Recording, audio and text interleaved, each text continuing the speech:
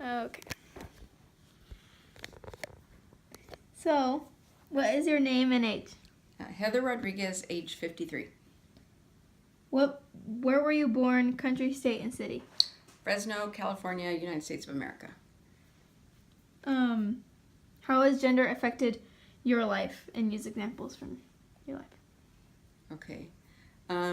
Well, since I've never been a man, I couldn't tell you what it was like growing up to be a boy, but I can tell you that growing up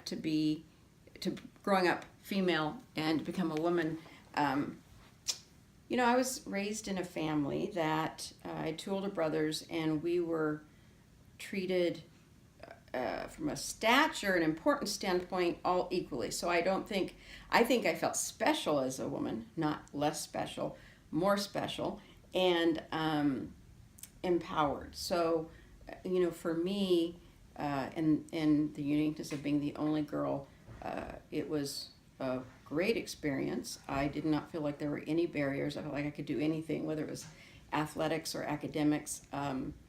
It did things with my brothers all the time. My father, even though in that generation was the breadwinner and less, I think, of participatory in activities and such, it was very much my mom that was active in that. So, again, I think growing up female, I've always felt like it was an asset, not something that was posed difficulties, although I did obviously choose a profession that is definitely the majority of female profession, so maybe that plays a part in it as well. Okay, what labels define you as a woman in our society? Well, I'm educated, I'm a professional, I am successful at what I've done. I love my chosen profession, which is a nurse. I will say that going up the professional ladder, meaning from a nurse at the bedside to a supervisor to a manager to a director and such, I would say has been fairly easy. And as it gets to the executive level, where I am now as the chief nursing officer, I can say that it is still very supported. I do not feel like being a female is a negative or a deterrent. However, I will tell you, as you get to the executive level, you certainly do start to see that being female is seen different even from a business aspect than being male. And I hate to say that. I thought that was behind us in